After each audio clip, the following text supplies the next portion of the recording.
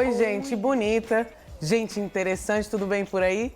Por aqui tá tudo bem, tudo prontíssimo pra gente começar mais uma Estação Plural.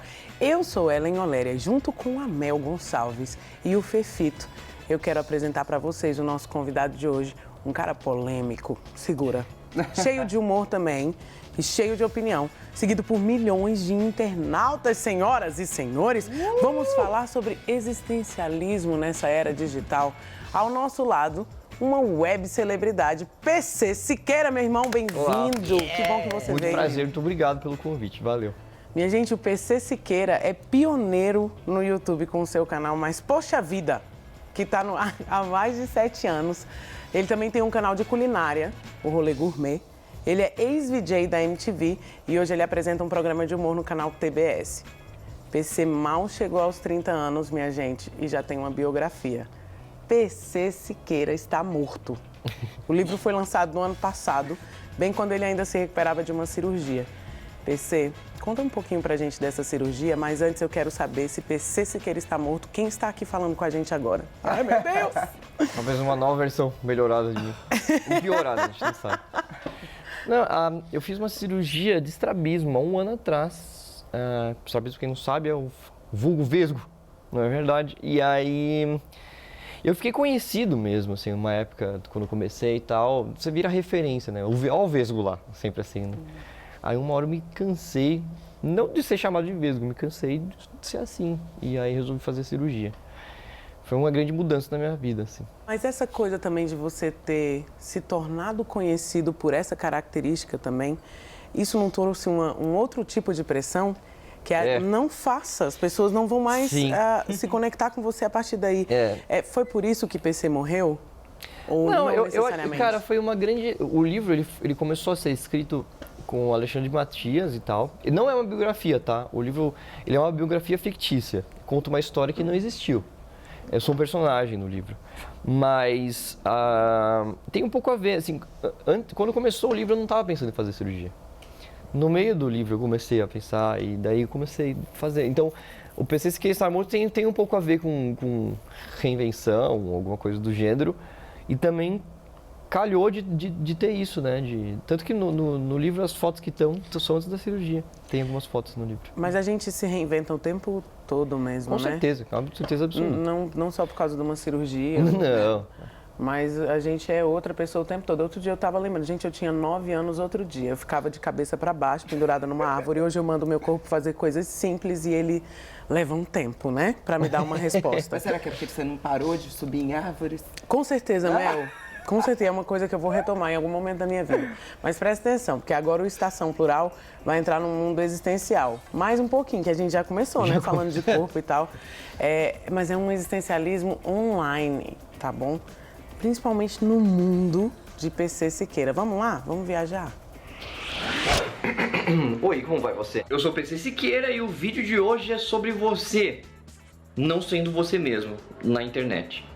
Eu meio que entrei numa crise existencial do meu trabalho, porque eu via, sei lá, né, as coisas que as pessoas estão fazendo, assim, eu comecei a ficar deprimido. Eu falei, cara, será? É isso mesmo que eu quero? Eu quero ficar no meio dessas pessoas? Mas eu percebi que, na verdade, eu não preciso estar no meio dessas pessoas, a gente só divide a mesma ferramenta. Faz muito tempo que eu não passo um dia sem ter uma preocupação constante sobre uma coisa que eu não sei o que é. Eu achava que as coisas que eu gostava eram as únicas coisas legais do mundo. Eu achava que era também o detentor do bom gosto musical, cultural, qualquer coisa que seja. Você precisa construir um personagem para segurar a onda num trabalho como esse de superexposição?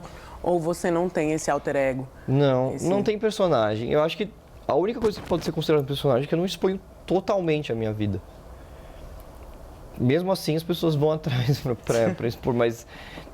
Porque se eu expor muita coisa da minha vida pessoal, coisa do gênero, já é muito exposto, né? Se expor mais, eu não tenho mais o que sobrar só pra mim, né? E para as pessoas que convivem comigo. Não pode ser tão aberto assim, né? Tem coisas que você precisa guardar pra você.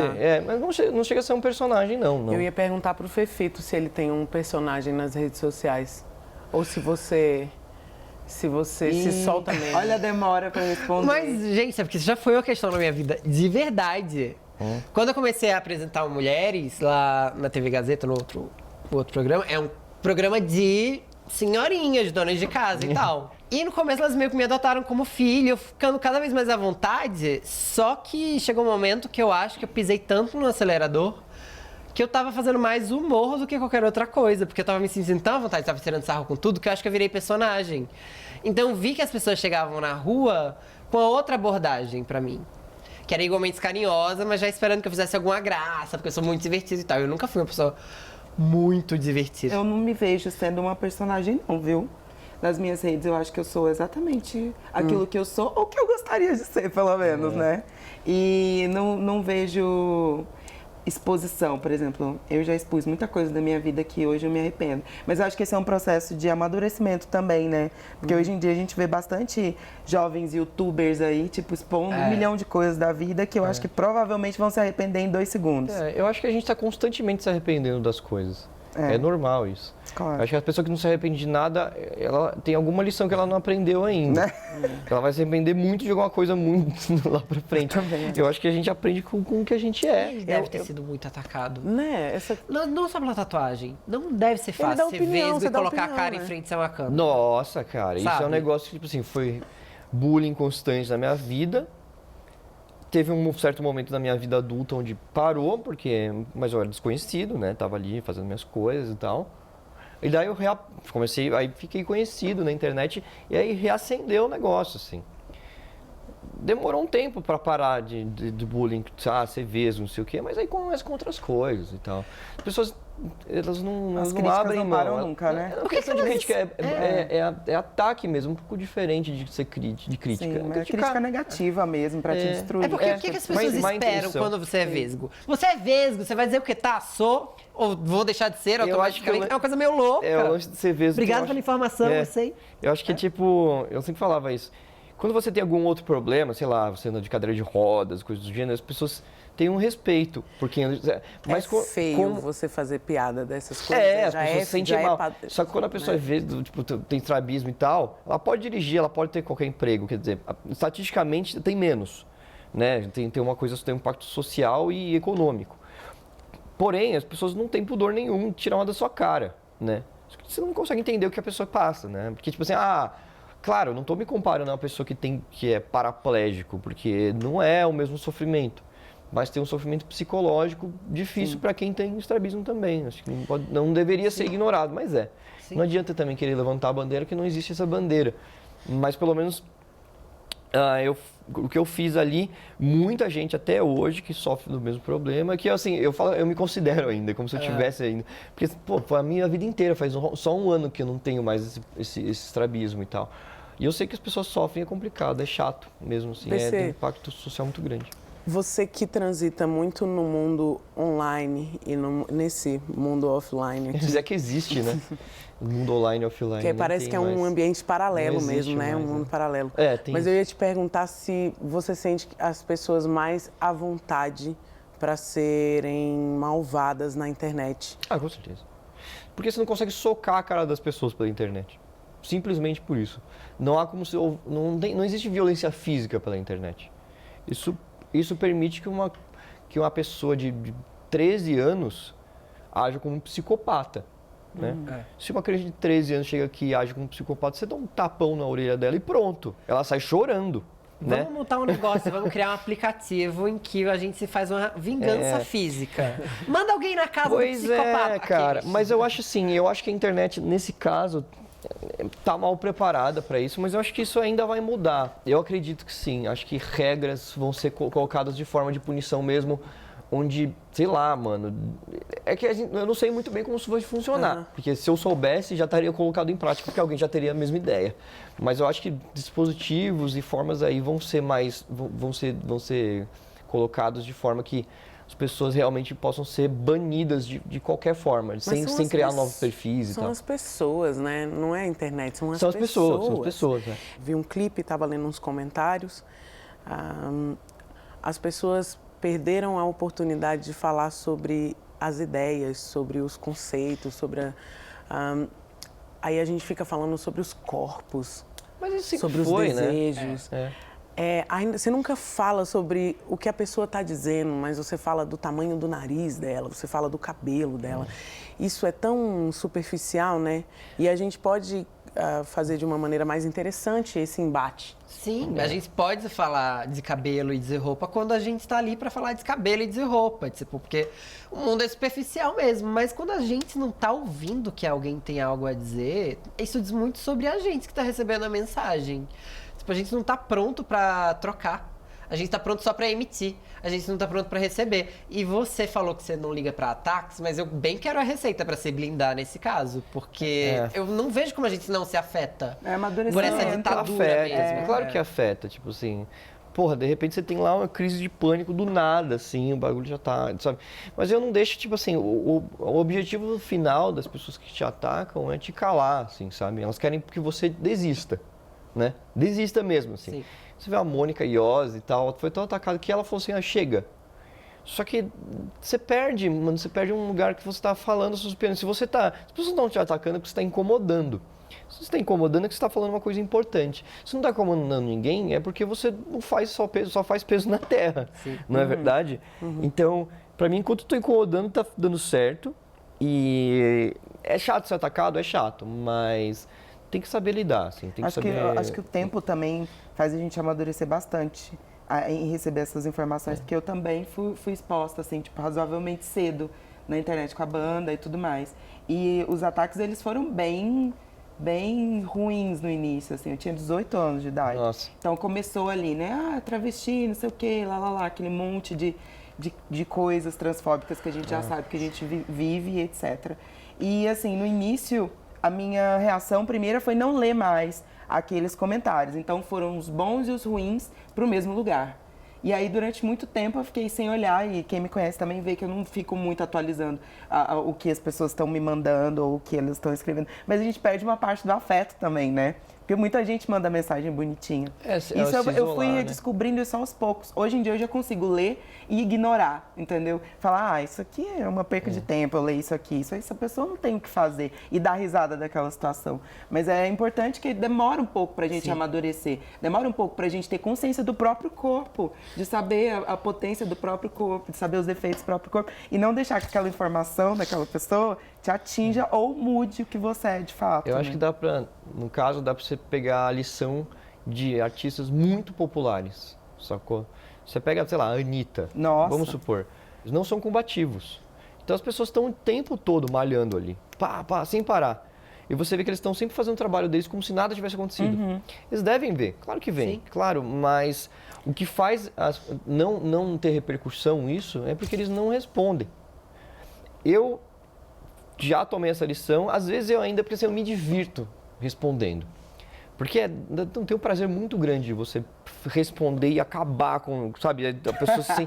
Só que isso daí, tipo assim, o que faz? A pessoa tem todo o tempo do mundo para responder. Ela fica com raiva, ela humilhada ali. E ela se junta com outras pessoas e a resposta vai ser cada vez mais violenta. É um efeito cascata. Eu tô pagando o preço de ter feito isso, assim. Claro, mano, é muito violento, é muito agressivo o ataque que eu sofro. Eu fico pensando, você não acha legal também quando você é defendido pelas pessoas, você nem precisa se manifestar? No meio dos comentários, assim, vê um batalhão de gente ali falando. Não, eu acho, claro. Eu acho assim, a única coisa chata é que, assim, quem gosta de você, ela não se manifesta tanto. Pra quem não gosta... Assim. Não, mas assim... Quem não gosta tá lá. Pra quem não gosta, o cara faz o... larga o emprego dele pra ficar o dia inteiro falando pra você. Eu nunca fui dessas de ficar respondendo, porque eu acho que vai uma energia minha muito pesada ali. Isso é verdade. É uma coisa que tira minha alegria naquele momento, ou então talvez até pelo dia inteiro, assim. Às vezes eu fico pensando, às vezes aquilo me afeta emocionalmente de uma forma que eu tente mudar pra me adaptar pra aquela pessoa. E o mais ridículo de tudo que eu penso em mim é o seguinte: um comentáriozinho ruim de 3 palavras é muito mais relevante do que vários eu te amo, você é linda, maravilhosa, deusa, incrível. Tipo, isso é muito louco. Porque eu acho que elogio não acrescenta necessariamente, né? A gente tá sempre aprendendo sobre as coisas que são negativas a respeito da gente. A gente aprende a falar não antes de sim, né? Eu acho que isso já diz bastante sobre como a gente funciona, assim, né?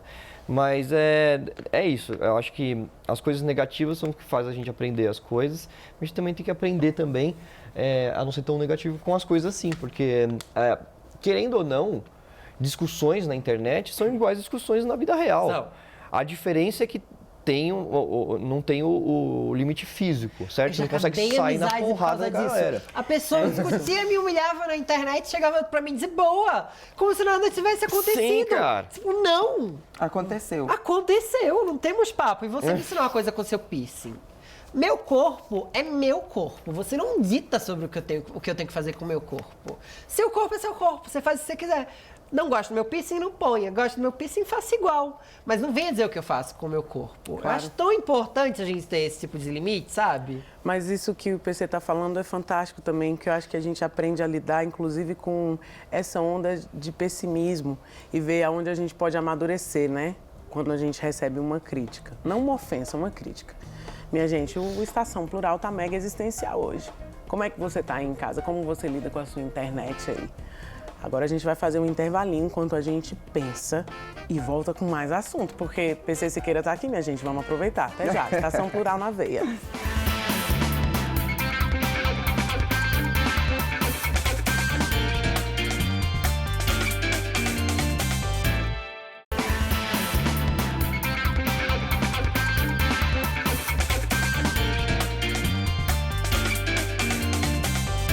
Olá! E aí, pessoas desse Brasil? Estamos de volta com Estação Plural, transmitido pela TV Brasil e pelas rádios Nacional e MEC. Perdeu algum programa? Tem tudo no nosso site. Vai no nosso Facebook, dá um like logo aí. Ou então vai no YouTube, tem tudo lá, toda a nossa temporada. Primeira e segunda. Eu sou o Fefito e ando muito bem acompanhado pelas minhas colegas cada vez mais inteligentes e lindas, Ellen Oleri e Mel Gonçalves. E quem tá aqui com a gente hoje é um dos youtubers que eu acho mais geniais e vanguardistas. Sim, porque quando ele chegou na internet era tudo mato. Ele saiu devastando tudo. PC Siqueira! Aê. Muito obrigado. E é com ele que agora a gente vai falar sobre cultura geek. É um assunto que eu queria falar há muito tempo nesse programa. Sabe aquele nerd lá dos anos 90 que não tinha muitos amigos, sofria bullying na escola, preferia ficar mesmo em casa estudando, lendo livro, vendo filme? Ou então aquele que passava sempre na sessão da tarde? Ó, clones, não pegava menina nenhuma, sempre era zoado. Então, com o boom da internet, esse nerd deu a volta por cima. Entrou na moda, passou a estar tendência. E hoje a gente tem a prova viva do que eu tô falando. A versão nerd do século XXI é o PC, né? Não, o senhor geek. Cara, eu era exatamente essa descrição quando eu era adolescente. Eu era esse cara mesmo, assim, o nerd do filme do adolescente. Que usava do Rick Moranis. É, Rick Moranis, nossa, pode crer. Era exatamente isso. Eu acho que isso também teve uma coisa que foi um agravante, não, que ajudou, na verdade, a expandir o que eu fazia, assim. Sei lá, que não era trabalho, né? Eu fazia uns vídeos e tal. Foi em 2010 que começou, mais ou menos, esse lance do boom da cultura geek. E foi quando eu comecei também. Acho que estava no lugar certo na hora certa ou no lugar errado. Na hora errada, também. Pra dar tão certo, Eu lembro que quando eu comecei a fazer, eu falava de uns assuntos que também tinham a ver com o meu mundo. Eu trabalhava com história em quadrinho também. Uhum. Era ilustrador e tal. E comecei a falar sobre videogame, sobre, sei lá, sobre não pegar ninguém, sobre coisas do gênero. E foi bem na época onde surgiu aquela série The Big Bang Theory, onde as pessoas começaram a se interessar mais por séries, sabe? Começou a virar uma cultura, né? E aí eu acho que teve um pouco a ver com as pessoas se interessarem com o meu trabalho, tem a ver com a parte visual e a parte dos temas, assim. Hoje em dia já acho que não é mais. Hoje em dia todo mundo se interessa pelos assuntos, não é mais nicho, eu acho. Não existe mais. Eu não acredito que exista cultura geek. Tem a galera que, sei lá, joga RPG e tal. Mas eu acho que muito. Não tem muito mais. Eu acho que tá todo mundo aí. Não é setorizado mais, não né? É mais, não é mais chegam. nicho, não. Não, porque assim, a informação chega para todo mundo. Antigamente era difícil. Tipo assim, você ter certos assuntos, ter acesso, você tinha que ir pra biblioteca, você pagava tipo centenas de reais para pegar um livro importado. Hoje em dia você consegue em todo lugar, tem todo lugar. Gibiteca, mano, pelo amor de Deus. Dentro da cultura geek, a gente também tem muita produção e grupos geeks LGBTs. E o Estação Plural foi quem eu sei o trabalho de 2 cartunistas mega engajados em dar visibilidade a questões de gênero e de sexualidade. Vamos com a gente? O Torta de Climão, ele é um trabalho de quadrinhos onde eu apresento o dia a dia, a vida de todos os meus personagens. Então é uma gama de personagens grande, então são tirinhas que seguem a vida deles. Então passa por tudo que eles passam no dia a dia, trabalho, relacionamento. Quando eu criei o Torta de Climão, eu queria muito mostrar coisas do dia a dia que eu não via nos quadrinhos que eu lia ou que eu já tinha lido, e personagens que eu não tinha visto ainda. Então, independente de ser quadrinho com super-heróis ou não, eu não via personagens LGBTs, eu não via personagens gays, lésbicas, bissexuais, transexuais, não binários. Então eu não via isso, mas eu via na minha realidade. Eu também queria explorar alguns assuntos que fossem mais difíceis de se abordar, como homofobia, todos os tipos de preconceito com LGBTs em geral. Eu trato muito de machismo também. Então, algumas das tirinhas, por eu estar querendo fazer uma crítica social em relação a esses assuntos, algumas delas são mais didáticas. Então, talvez essas tirinhas não agradem quem é homofóbico, mas o meu objetivo nunca foi agradar essas pessoas, e sim empoderar a nossa comunidade. A Transistorizada ela é um trabalho autobiográfico, porém extremamente lúdico, né? Eu falo que ela é uma autobiografia surrealista, vamos dizer assim. Ela tem elementos de coisas que aconteceram comigo, tem pessoas do meu convívio e tal, mas as coisas não acontecem exatamente do jeito que eu conto. Eu estava vendo o Estação Plural, o Fefito estava no programa, eu não lembro direito quem era o entrevistado, mas eu lembro claramente do que o Fefito falou, né? Que quando ele era adolescente, estava tristinho dentro do armário e tal, quando ele falou essa frase, né, dele triste dentro do armário, eu fiz uma imagem mental de uma pessoa, né, literalmente triste dentro do armário, encolhidinha lá. Eu falei, poxa, essa imagem é legal, ela dá um quadrinho, né, dá pra fazer um quadrinho com isso. Mas eu fiquei pensando, pô, mas que tipo de quadrinho, como que eu ia fazer isso? E aí eu tive essa casa e falei, pô, gente, vou falar sobre a minha própria transição, né? E aí eu fiz uma primeira história, que se não me engano são 6 páginas, contando de uma forma bem lúdica e tal, como foi a minha transição, né? Que eu tava lá, tristinha, dentro do armário, trancada e tal, e aí chega um amigo, bate no armário, me obriga a sair do armário e tal, e aí tem todo aquele processo ali da transição e tal. Então, começou por aí, e graças ao Fefito. Você não tem referências LGBTs, eu imagino, quanto geek, porque você é meio contemporâneo. Nos anos 90 não tinha personagem LGBT, hoje tem. Eu acho que enquanto geek não, mas o meu irmão é homossexual e eu morava com ele até um ano atrás. Então, eu observei de perto como que funciona ali o mundo e tal. Pra mim é natural. Normal, assim, não tem... É que assim, as pessoas perguntam, puta, como é que é? Sei lá, mano, pra mim é normal. Como é que é ter um irmão gay? Conta pra gente. Eu não tenho um irmão, eu nunca tive um irmão hétero, meu único irmão. Então...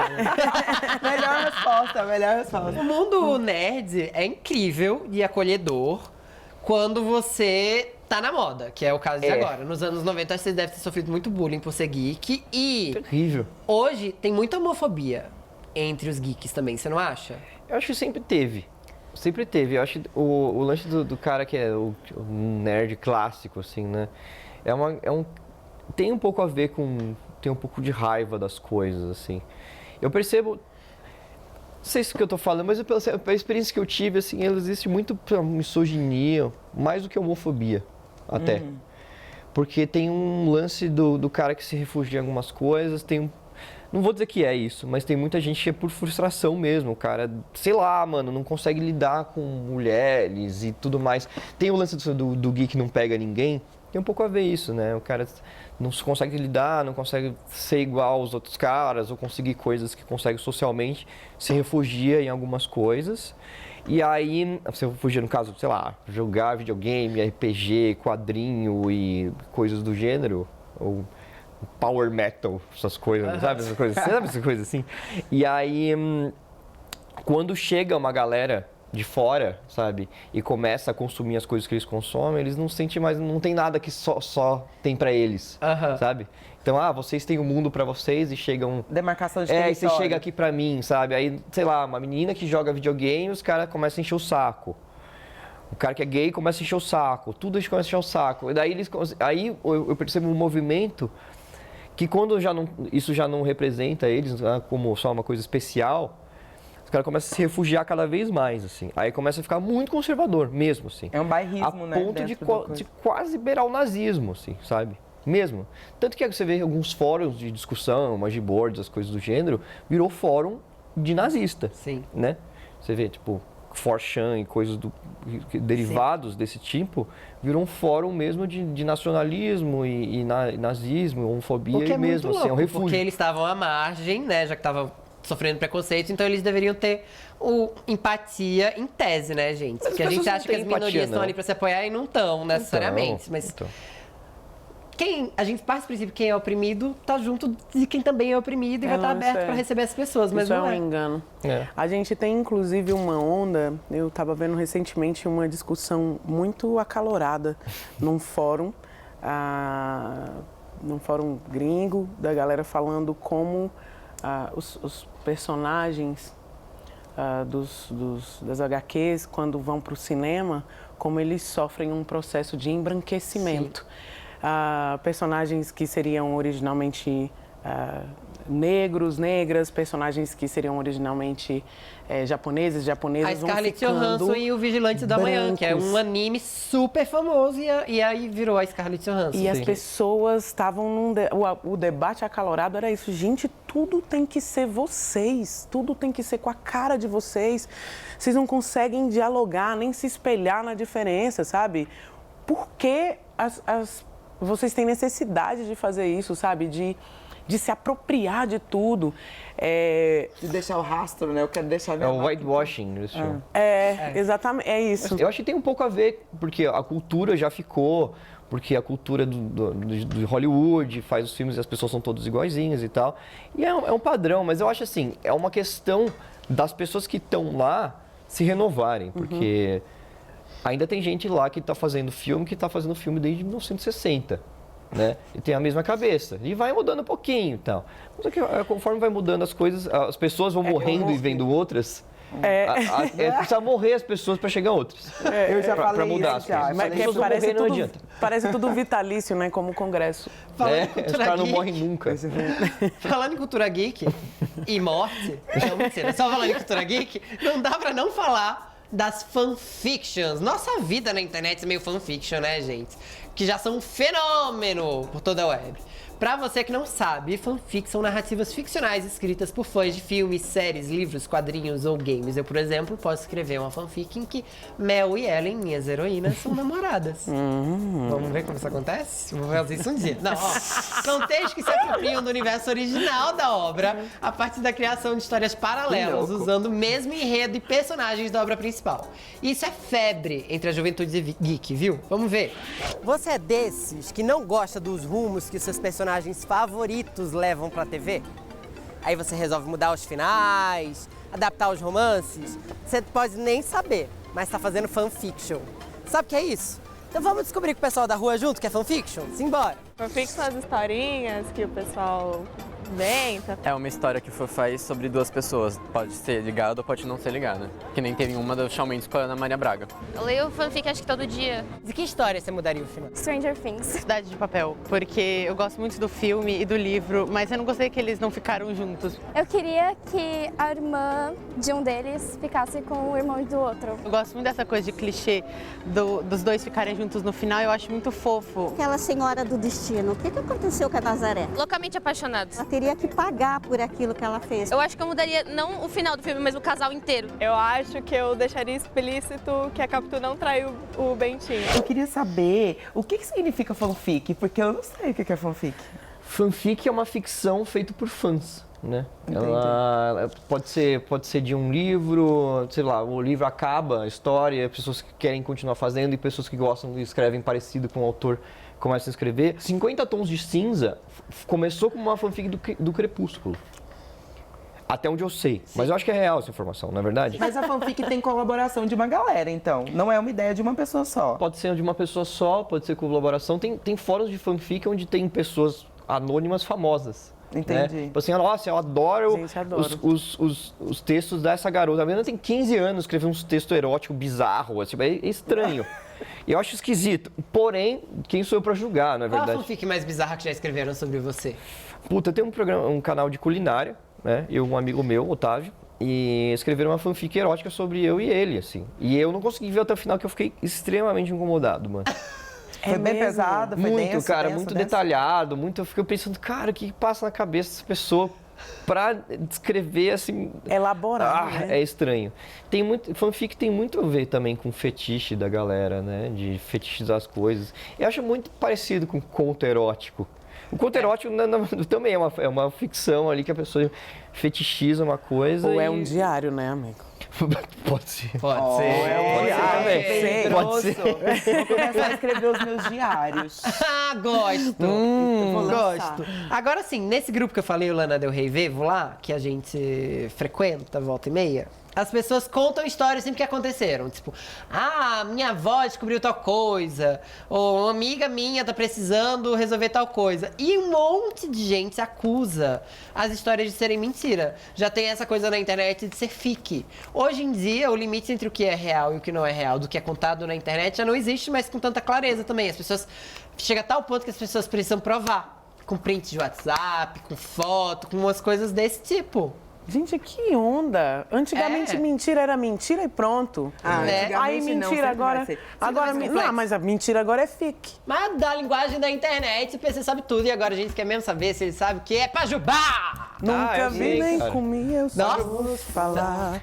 Mas você sabe que é Pajubá. Nunca vi nem comi, eu Eu só ouço falar. Eu não sou especialista no Pajubá, mas eu sei que é uma língua que surgiu das ruas, certo? Né? De um linguajar. Eu não sei exatamente se era de travestis ou de. né? Que é uma linguagem para as pessoas mesmo não entenderem, para se comunicar entre si ali de forma codificada, certo? Sim. E tem também influências de línguas de origem africana, Sim. certo? Candomblé. Gente, o PC sabe tudo, meu irmão. Eu tô achando que o PC Siqueira assiste Estação Plural, uma vez que isso é exatamente o texto que a gente dá sobre o Certo? que é Pajubá. Eu não vou falar mais maravilha. nada. Eu não vou falar mais nada, eu vou ficar calada. Então, Eu ó, também chapei. aqui funciona da seguinte maneira: a gente vai te dar uma palavra, 3 alternativas. Tá, No vamos próximo nessa. bloco, vocês descobrem o que é. Hoje não é uma palavra, hoje é uma expressão. Então, bora lá. A expressão de hoje é aparta que é briga. Opa. O que é aparta que é briga, Ah, esse aí meninas eu e conheço. meninos? Essa eu também não. Aparta que é briga pode ser o ato de envolver-se ou comprometer-se sexualmente com alguém. Tipo cachorro quando a gente joga água fria. 2, aqui, letra B. Cuidado, gente hétero. Sem graça, que não entende do babado no pedaço, sabe? Aí fica lá, se metendo onde não deve. Ih, aparta que é briga. Pois é, aparta que é briga. Ou letra C. Um acontecimento qualquer, podendo tanto ser bom como mal. Gente. Então, povo de casa, vai pensando, PC Siqueira, vá pensando. Tweet pra gente com a hashtag Estação Plural, que a gente vai ver se você acertou o que é aparta que é briga no próximo bloco, viu? Até já. Aparta.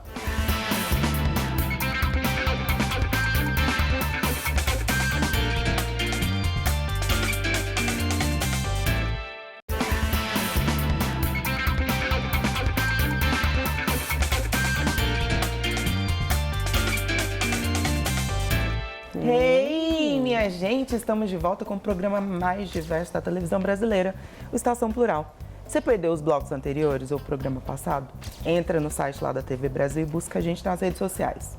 Estamos em todos os lugares, viu? Uau. Eu sou a Mel Gonçalves e ao lado da Ellen Olério e do Fefito, eu vou descobrir agora se o nosso convidado sabe mesmo o que é Pajubá e se ele vai acertar a expressão, que é aparta que é briga. Você aí de casa já tá sabendo? Vou dar de novo as opções para vocês. Letra A, ato de envolver-se ou comprometer-se sexualmente com alguém. Famosa pegação, né? Pega tudo, né? Pega tudo, pega geral. Ou letra B, cuidado, gente. Hétero, sem graça, que não sabe de nada, que não entende nada do babado que tá acontecendo no pedaço. Sacanagem com hétero, isso Uma aí, aparta hein? que é briga deve ser tipo assim, para de falar, corta o assunto. É, Tá chegando hétero chato aí, ó. Ou letra C, vamos ver se o PC vai acertar essa. Acontecimento qualquer, podendo tanto ser bom quanto mal. E aí, gente? Fala aí pra gente. Conta. Cara, eu não sei. A, B ou C? Eu não sei, eu nunca ouvi esse Não tem termo. choro nem Sério? vela. É, Nossa, mas- esse minha mãe Sei falava. lá, Sim, não, tá, mas eu não sei se tem o mesmo sentido. Será que tem? Eu ficaria com a opção B. Ou 2, eu não sei se é B ou 2. É B. Pode ser B. Pode ser B, Que pode ser 2. Que é o cara que chega lá e não entende do assunto, tipo assim, é melhor não falar, porque isso pode dar uma briga. Creio que seja, não sei. Poxa, eu vou, gente. Olha, mas aqui também, PC agora me cutucou, porque ele falou, será que tem o mesmo sentido? No Pajubá as coisas mudam. Mas eu vou arriscar na A, que é a galera naquela pegação cabulosa, sinistra, que a gente fala, gente, arruma um quarto. E você? Aparta que é briga. Eu tô com minha amiga Ellen, gente, eu acho que é uma pegação. Aí, tipo, em lugar público, povo lá querendo jogar água pra separar, que nem briga de cachorro. Eu acho que é isso. Pois você aí de casa já deu a nossa resposta, já colocou lá na hashtag. Se não colocou, não adianta mais colocar, porque a resposta é a letra B e o PC acertou. Creio! PC, você tá cabuloso hoje. Ele começou dizendo que não sabia o que era Pajubá direito ao certo. E falou tudo direitinho, né? Menina, segura Olha, mais PC, que vai ter conhecimento. Conhecimento geral. Gente, ele veio estudado pro Estação Plural. A parte que é briga é a pessoa que não sabe de nada. Não. E chega querendo falar. Então, ela quer falar e ela vai causar uma briga na sequência. Então, aparta antes, Aparta que senão é vai ser briga, briga. querida. Melhor nem começar. É tipo Querida, isso. aparta. Bom, gente, a gente tá aqui com ninguém mais, ninguém menos que o grande precursor dos youtubers. Aquele que abriu caminhos para um monte de gente nova que tá aí criando conteúdo. Pra web, né? PC Siqueira, o influenciador dos influenciadores digitais. É isso mesmo, PC. O que você achou dessa nossa forma de tratar você? Não, achei bom. Me senti orgulhoso. Porém, um pouco decepcionado. Olha só o que eu fiz. E também você já chega quase como um jovem senhor, né? É um jovem senhor. Eu sou o tiozão da internet, cara. Olha só. Se você tem 30 e poucos anos na internet e tá usando um hard user mesmo, assim, você é o tiozão da internet. O assunto desse bloco são influencers. Sobre o tema, a gente foi conversar com o Fábio Tume, da IQ Agenciamento, pioneira no gerenciamento da carreira de youtubers. O começo ele é muito difícil. Sempre vai ser para todo mundo, né? Mas a palavra, eu acho que assim, principal da história toda é criatividade. Se a pessoa é criativa, se ela não só criativa no que ela fala, mas do jeito que ela edita, enfim, sabe? Se ela consegue sair um pouco do quadrado e conseguir ver formas diferentes dela se comunicar, porque nada mais é do que isso, né? E falando ainda só do YouTube ou de vídeos, né? A pessoa, quando ela está no vídeo, ela consegue encontrar um formato diferente para se comunicar com o público. Ela pode encontrar lá do outro lado uma série de pessoas que vão falar, poxa, esse conteúdo é muito legal. A pessoa, ela tem que criar um conteúdo de algo que ela realmente conheça ou goste muito ou acredite muito, né? E ela não tem que fazer isso pensando que ela vai ganhar dinheiro um dia, porque não dá para saber se ela vai ganhar dinheiro ou não com aquilo.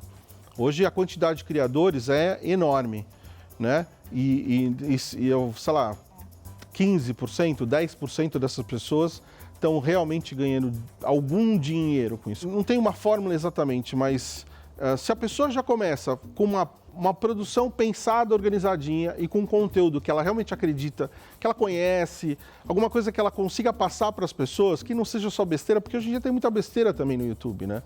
Então essas pessoas que não usam criatividade ou ficam copiando os outros, essas pessoas não vão ter vida longa, né? Agora, às vezes a gente está lá assistindo um monte de coisa e a gente olha para o canal e fala, opa, esse canal aqui é bom, esse cara é bom, olha o jeito que ele edita, olha as coisas que ele fala, olha a forma com que ele se comunica, né? E muitas vezes você vai encontrar com a pessoa, e às vezes é um cara super tímido, que na câmera ele é super desenvolto. É super legal isso, porque a gente consegue hoje descobrir uma série de pessoas bacanas e talentosas. Gente, mas peraí, me conta uma coisa. Qual o caminho para ser um influencer? Então, cara, eu acho... Tá. Tem um caminho? Se existisse esse caminho? Eu acho que não é um caminho, eu acho que é uma coisa meio orgânica que acontece. Geralmente você vê que as pessoas se tornam influencers. Existe, sei lá, gente que tem que dar curso de como ser, mas é igual, tipo, gente que dá curso de como ser modelo e às vezes, sabe, vai lá e ilude um monte de gente e ganha dinheiro em cima, assim. Tem muito charlatão, porque tem muita gente querendo ser, né? Uhum. Mas eu acho que assim, o influencer é a pessoa que descobre o nicho que ele tem. É isso. Começa a fazer uma coisa que acredita e as pessoas começam a acreditar nele também e começam a ser influenciadas por ela de qualquer forma, né? Você tem influências de moda, você tem influências de política, você tem influências de automobilismo, você tem influências de culinária, de tudo, de absolutamente tudo. Como a internet tá aí, não existe limites para você discutir as coisas ou fazer as coisas, quer dizer, existem limites legais, né? Mas eu acho que é isso, você fazer uma coisa que você acredita e continuar fazendo e não desistir. E, eventualmente, as pessoas acabam sendo influenciadas por você de alguma forma. Se você serve de inspiração ou de influência para as pessoas criarem qualquer coisa, eu acho que você pode ser um influencer. Particularmente, eu acho problemático um pouco esse nome, eu também acho. Porque parece dementador, entendeu? Uma pessoa que fica te soprando coisas. Dementador. Você liga a TV, sabe aquela onda magnética, as pessoas começam a andar. Tipo... Que fica te soprando coisas que, às vezes, não são tão boas assim para você. E, mesmo assim, você coloca aquilo no seu inconsciente e acaba seguindo aquilo de alguma forma. Além do que, eu acho também um pouco problemático a pessoa aceitar este nome. Eu sou uma influenciadora de nações. Não, virou uma profissão. Horrível, cara. Eu acho horrível. Digital influencer é uma profissão. Eu falo que eu sou um criador de conteúdo digital. Isso é massa. Porque E aí, tipo, se as pessoas se influenciam por isso ou não cabe a mim. Tipo, não posso me definir como influencer. Quem tem que definir isso é a pessoa que se sente influenciada pelas coisas que eu faço. Sim, conteudista digital. Conteudista digital. É muito louco isso de ser influencer, porque eu sempre me pergunto do que as pessoas vivem.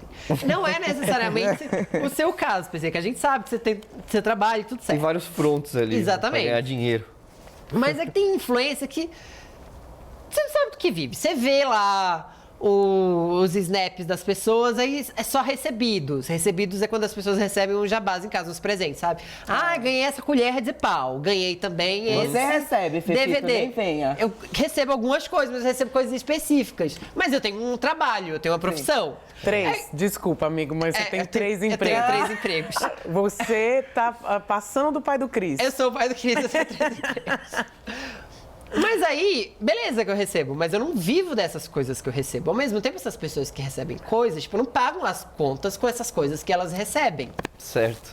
E não necessariamente essas pessoas estão sempre postando coisas pelas quais elas recebem. Elas vão pra festas de graça, elas têm comanda paga em balada, ou sei lá, fazem até uma viagem de graça. Mas isso não é um salário para essas pessoas. Eu sempre fico me perguntando qual é a fórmula? Como se sobrevive? Cara, eu posso responder essa sua pergunta. Que você for ser um digital influencer, né? Qualquer coisa Adoro influencers. Influencers. Não necessariamente isso é só profissão. Você não precisa ganhar dinheiro com isso. Você está influenciando os outros. Muitas dessas pessoas, eu posso dizer que a maioria desses influencers, eles são pessoas que têm muita grana, cara. Mesmo. Você, tipo assim, é mais fácil você se tornar um influencer quando você tem um Instagram lá e você consegue viajar para todos os lugares, tem uma puta câmera foda, uma pessoa para pagar editoriais e tirar foto de você, comprar um monte de coisa que as pessoas têm curiosidade de saber como é e abrir e mostrar. E daí eles começam a ver aquilo lá e as pessoas que têm produtos também começam a mandar para elas, não precisam de dinheiro. É uma troca, né? Porque na verdade ele já tem o seu dinheiro, já tem sua grana, faz seu rolê, e aí o pessoal vê e quer apostar mais ainda pais e ricos. O dinheiro só vai... Pais ricos, cara. PC, muito obrigada. Porque, não, isso é seríssimo isso que você tá falando. Porque tem gente ganhando dinheiro para ensinar o coleguinha a ser um influencer e talvez esteja esquecendo de dizer a coisa principal, que é ser herdeiro. Claro, mano. Você tem que ter gente que banca uma coisa que você faz, cara. Porque como é que você vai ser um influencer digital de moda, tipo, trabalhando no telemarketing e não ter grana para comprar as coisas que estão na moda? Claro. Certo? Como que as pessoas vão mandar coisas até você, produtos para você estar na moda, sendo que você não tinha nada para mostrar antes? Então, você tem que infelizmente, você tem que subir ombros gigantes ali. Sim. Que é, talvez, seus pais ou qualquer coisa do gênero. Se você vê a maioria desses influencers, tipo assim, os teens e tal, eles têm muita grana, tá? Eu não tô falando de youtuber. Youtuber, tipo assim, você pode realmente fazer vídeo e depende mais do que você fala, o que você tem pra mostrar ali. Mas, tipo assim, Instagram, influencer de Instagram, se você... não é uma crítica também, eu Se você tem pais que tenham grana, mesmo se eu tivesse, mano, eu tava mais gastando o dinheiro deles. Tá certo, foda-se, não importa. Mas é isso, se você vê, tipo, aquela galera super bonitinha, não sei o quê, que, mano, tá fazendo acompanhamento com nutricionista aos 14 anos de idade, na academia, tomando whey, que custa 900 pau por mês. Coisa desse tipo, tá indo viajar pra Orlando e tá não sei o quê. Tem alguém bancando. Sabe? E isso, assim, se eu tivesse 14 anos e tivesse um cara que fizesse todas as coisas que eu adoraria fazer, tivesse grana pra fazer tudo, eu ia começar a seguir ele também e ver tudo que ele faz. Agora, falando sobre você mesmo, assim, o que você consome no YouTube? O que te influencia lá? Cara, as coisas que eu consumo no YouTube não é muito de opinativo, nada, assim. Eu tenho uma obsessão mesmo por ver vídeos de coisas sendo produzidas, assim. Como as coisas são feitas e tal. Eu tenho alguns canais. Tipo, eu assisto muito canal de gente que faz peças de ferro, sabe? De aço e fazendo coisas manuais, assim. Marcenaria, carpintaria, são coisas que eu fico horas assistindo. E você faz também? Não faço. Mas eu gostaria de fazer. É uma coisa que me inspira mesmo. Eu tenho vontade de começar um curso de carpintaria. É um hobby bem específico, mas claro. Tô aqui me perguntando se as pessoas são tão suscetíveis à influência a esse ponto. Tá todo mundo tão precisando que alguém diga pra elas o que é bom, ou o que elas devem fazer, ou quais são as tendências do momento, a ponto de que elas precisem de influenciadores pra ser influenciadas? Eu acho que sempre foi assim, Fefito. Sempre foi assim. Porque antes esse papel era muito mais da TV, da TV aberta, da publicidade toda. Agora ela, foi pra internet, que eu acho que é meio que um caminho natural das coisas, evolução, né? Ali estão as plataformas onde as pessoas estão buscando as informações. E eu acho que talvez o que seja melhor disso tudo é que você pode escolher o que você quer ver. Eu vou atrás disso porque eu gosto disso. Eu gosto de blogueiras que falam sobre cabelo, por exemplo. É uma coisa que me interessa bastante. E aí eu vou lá e vejo aquilo especificamente. E é legal, porque eu me encontro ali também, sabe? Eu acho que tem todo um referencial também que as pessoas que fazem coisas pela internet, elas são menos distantes do que as grandes celebridades, né? Então você consegue saber mais sobre a vida dela, que ela está sempre compartilhando, né? O quarto, o cachorro, o que ela acha sobre todos os assuntos, que está ali nas redes o tempo todo. Então você consegue se inspirar mais nessas pessoas. Tem muita gente mesmo, que precisa de referencial. A gente que trabalha com arte, com TV, entretenimento, geralmente a gente tem menos de precisar de ser referência, a gente gosta mais de ser referência. Mas a maioria das pessoas precisam mesmo de referencial, se sente carente, quando você faz alguma coisa assim, que qualquer coisa que ela se identifica, ela se torna um herói, assim. Porque ela precisa mesmo que você faça alguma coisa por elas. A gente segue influenciadores, mas a gente não sabe tudo sobre os influenciadores. Às vezes tem influenciador que vai fazer besteira, vai falar besteira, ou vai te recomendar um produto que vai contra o que você acredita. Por exemplo, se você é uma pessoa que não gosta de produtos feitos com material animal, a pessoa vai e te recomenda algo que usou um método que não é o que você aprecia. E você só descobre isso depois. Você pode se sentir traído por esse influenciador. Esse influenciador pode falar uma besteira muito grande, uma declaração homofóbica. Eu acho que homofobia. Então, a gente tem que tomar cuidado com essas coisas. Mas eu acho assim, opinião é diferente, né? Opinião é uma coisa boba. Opinião é sobre sua roupa, sobre o que você tá fazendo ou deixando de fazer, sobre o seu, sobre o seu artista preferido, se ele cantou bem ou não, ou se ele esteve bem ou não. Isso é opinião. Agora, quando a gente está falando sobre um ser humano, sobre uma vida, eu acho que não é válido a gente dar a nossa opinião. A gente tem que dar argumento, que é diferente, entendeu? Eu sempre penso nisso. Então é bom a gente parar para medir sobre quais esses influenciadores que a gente anda seguindo, se eles realmente valem a pena, se aquilo que eles falam é alguma coisa que abraça ou é alguma coisa que afasta. Quais são as crenças A gente tem que parar para pensar, sim, se essas influências estão sendo boas ou más. Esse lance de influenciador e tal, e decepções, eu acho que por mais que o influenciador, a pessoa que você é fã na internet, pareça que foi feito sob medida para você, não é. É uma pessoa normal.